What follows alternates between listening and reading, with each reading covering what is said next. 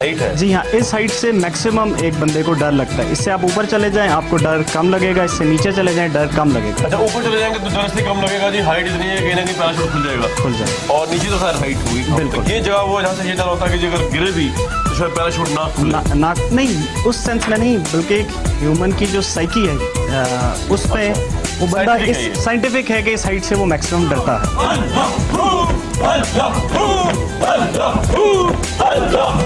अच्छा, ये जो आपने उठाया भाई क्या है? ये मोटर है पैराग्लाइडिंग के लिए। ये किस लिए है? ये ऐसी टेरेन्स में जहाँ पे एयरक्राफ्ट वगैरह इतने ऐसे अटैक नहीं कर सकते, तो वहाँ पे उसके लिए यूज होती है। ऊपर से आप नीचे आते हैं हाइट से, फेयर होता है? शुरू में फेयर था या अभी फेयर होता है? स्टार्ट में थोड़ा था, प्रैक्टिस हो गई है तो अब सही है। शुरू होता था? शुरू में होता अब बिल्कुल नहीं, अब काफ़ी ठीक है।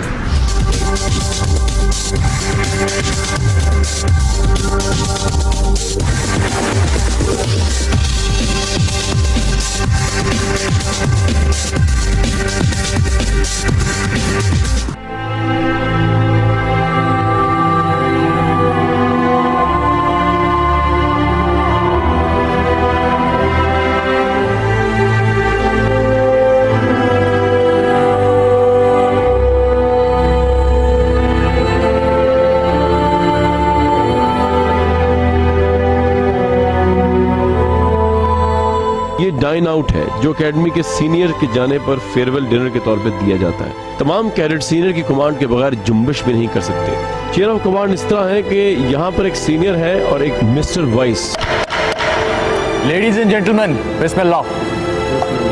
वाइस सीनियर को मुकम्मल तौर पर देखकर फॉलो करता है, जबकि बाकी तमाम कैडेट्स वाइस सीनियर को देखकर उस पर अमल करते हैं। गोया मैदान जंग में सोचे समझे बगैर बिला खौफ खतर सिर्फ अपने सीनियर की कमांड पर आग में भी कूद जाते हैं। डाइनिंग आउट में सबसे दिलचस्प बात यह है कि जब सीनियर अपना हाथ खाने से खींच लेगा, यानी खाना खत्म कर देगा, तो जूनियर्स भी 100% इस हुक्म की इताअत करेंगे और खाना खाने से रुक जाएंगे। Ladies and gentlemen, Alhamdulillah. May Allah bless the people of Pakistan. Ameen.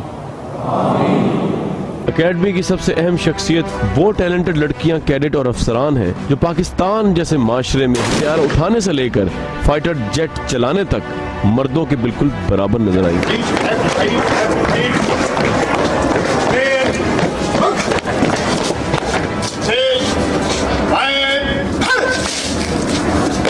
Helpers, एक कदम दाने पे लो।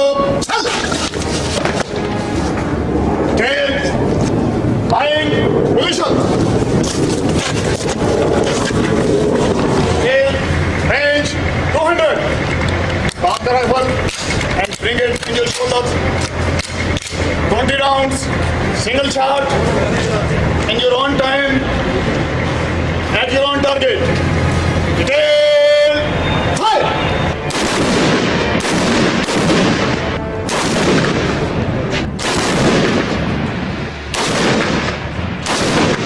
First of all, the aura, the uniform, the discipline that attracts me. अगर हम लेडीज़ के हिसाब से देखें तो काफ़ी डिफरेंट एंड टफ जॉब है, बट डेफिनेटली अगर आप में वो पैशन है और अगर आपको शौक है तो यू कैन डू एनीथिंग। हर बंदे कर सकता है। यहाँ पे मेन चीज़ इसकी मेहनत होती है, लेकिन इसके साथ साथ आपका शौक भी है। किसी भी आप फील्ड में जा रहे, जब तक आप उसको शौक से नहीं करेंगे, दिल से नहीं करेंगे, आप उसमें कामयाबी नहीं हासिल कर सकते। तो मेन चीज़ है आप इसमें काम में कितनी इंटरेस्ट लेते हैं। अगर आप मोटिवेटेड हैं, आप इंटरेस्टेड हैं, तो that is not impossible. With respect to military ये बहुत इंपॉर्टेंट इशू है। नॉर्मली हम पायलट्स होते हैं तो हमें उसकी ट्रेनिंग दी जाती है, लेकिन ये with respect to ground defence ये एक इंपॉर्टेंट इशू था, तो इसको हमने शौक से किया और बहुत मज़ा आया इसमें। मेरी फैमिली का शुरू से शौक था कि कोई उनका बेटा फोर्सेस में जाए, तो जब मैंने एफएससी की तो उन्होंने कहा कि तुम ट्राई करो। तो फिर जब लगन के साथ और मेहनत के साथ टेस्ट वगैरह दिए तो क्लियर होते गए और फिर मेरा भी माइंड बन गया कि फोर्सेस की तरफ।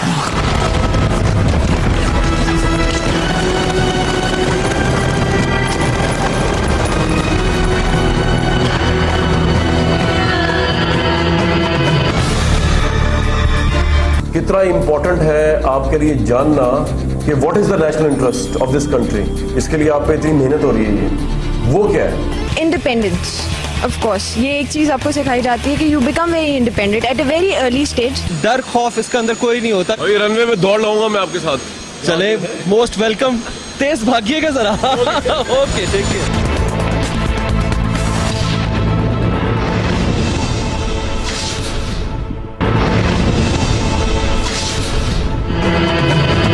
एकेडमी के शब रोज डिसिप्लिन के सांचे में ढले हैं। यहाँ खाना खाने से लेकर खेलने तक एक खास नज़्म व ज़ब्त पाया जाता है जो इन कैडेट्स को आम लोगों से मुमताज़ कर देता है।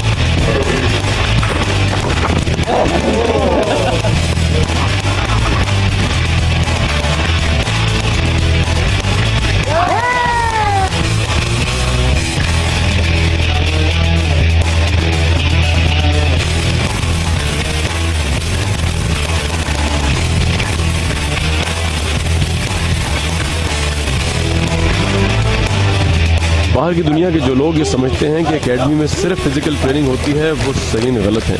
यहाँ पर इंजीनियरिंग से लेकर बैनुल-अक़वामी ताल्लुकात तक हर वो मज़मून पढ़ाया जाता है जो इन कैडेट्स की फिक्र को मारूजियत या ऑब्जेक्टिविटी के सांचे में ढाल दे, इनको जदीद बना दे।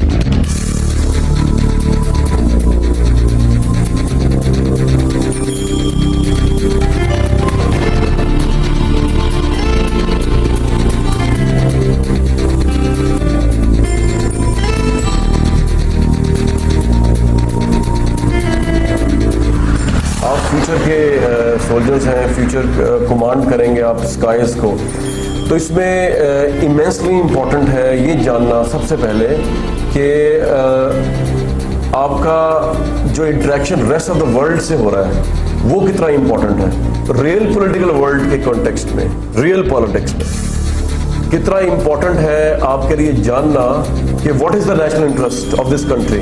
इसके लिए आप पे इतनी मेहनत हो रही है, ये वो क्या है, ये तो मैं ये जानना चाहता हूँ आप लोगों से कि उसमें कंफ्यूजन नहीं होनी चाहिए।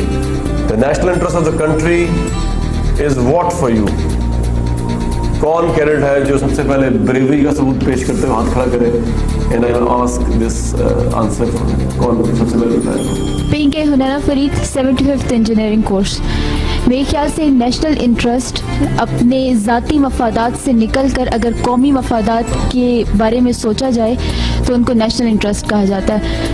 अपनी ज़ाती मफादात के ऊपर अगर कौमी मफादात को तरजीह दी जाए, अपने कौम और कौमियत और सेक्स और ये कास्ट, क्रीड, इन सब से बालातर होकर अगर एक बन के इंडिविजुअलिटी से निकल के अगर कंबाइन होके सोचा जाए तो उसको जो है नेशनल इंटरेस्ट कहते हैं। किस हद तक आप समझती हैं कि आप सेक्रीफाइस कर सकती हैं पाकिस्तान के लिए?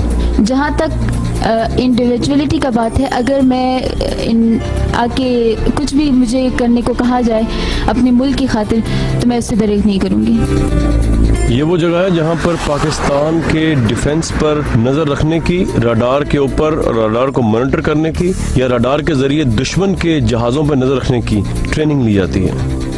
पूरे पाकिस्तान की हदूद में घुसने वाला कोई भी जहाज सबसे पहले मार्क कर लिया जाता है, टारगेट में आ जाता है और 3 मिनट से भी कम रिस्पांस टाइम में उसके ऊपर काउंटर अटैक किया जा सकता है।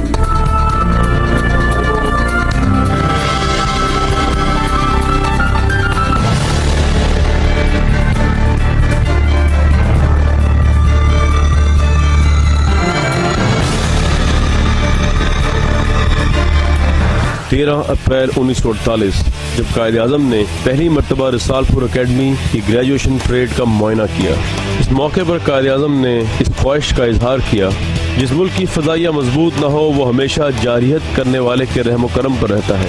पाकिस्तान को एक लम्हा ज़ाया किए बगैर अपनी फ़ज़ाइया को तामीर करना चाहिए। ये इतनी तेज़ एयरफोर्स बन जाए कि दुनिया की किसी भी फ़ज़ाइया से किसी भी लिहाज से कम न हो। It must be an efficient air force second to none.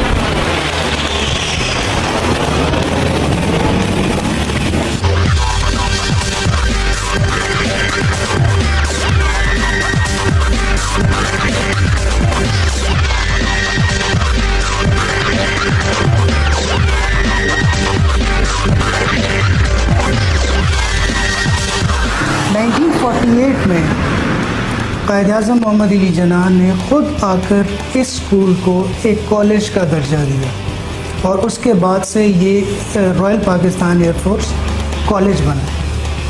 1967 में उसी फ्लाइंग ट्रेनिंग कॉलेज को एक एकेडमी का दर्जा मिला और उसके बाद ये पाकिस्तान एयरफोर्स एकेडमी के नाम से जाना जाने लगा। यहाँ पे उस टाइम पे सिर्फ जो कैडेट्स होते थे उनको फ्लाइंग ट्रेनिंग कराई जाती थी। हमारे पास पीएफ में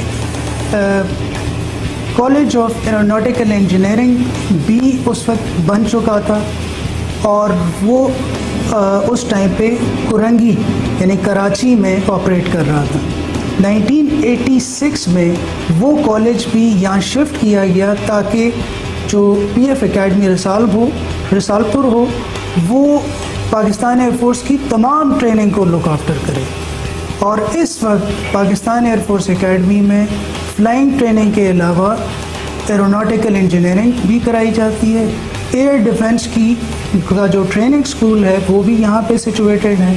सिमिलरली यहाँ पे ATC ऑफिसर्स की ट्रेनिंग भी होती है। एक कैडेट इनिशियली जब PF एकेडमी में रिपोर्ट करता है तो उसकी मिलिट्री ट्रेनिंग होती है 1.5 साल के लिए। ये एक फ्लाइंग कैडेट की मैं आपको बात कर रहा हूँ। 1.5 साल के बाद वो रिपोर्ट करता है अपनी प्राइमरी फ्लाइंग ट्रेनिंग के लिए। प्राइमरी फ्लाइंग ट्रेनिंग जो विंग है यहाँ पे उसमें सुपर मशाक एयरक्राफ्ट पे अपनी इनिशियल ट्रेनिंग की। अब उस जहाज़ पे उसने तकरीबन कोई 55-60 घंटे फ्लाई करता है।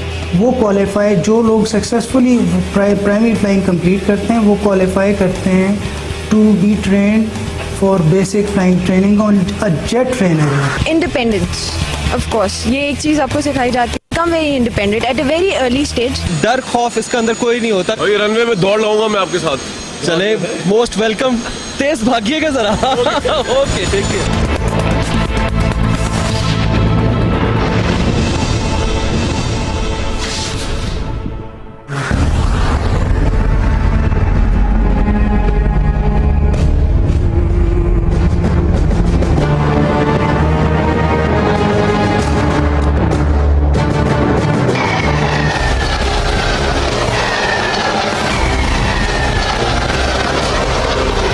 एयरफोर्स जो है वो तो है ही सारी मेल डोमिनेटेड जितनी फोर्सेस हैं।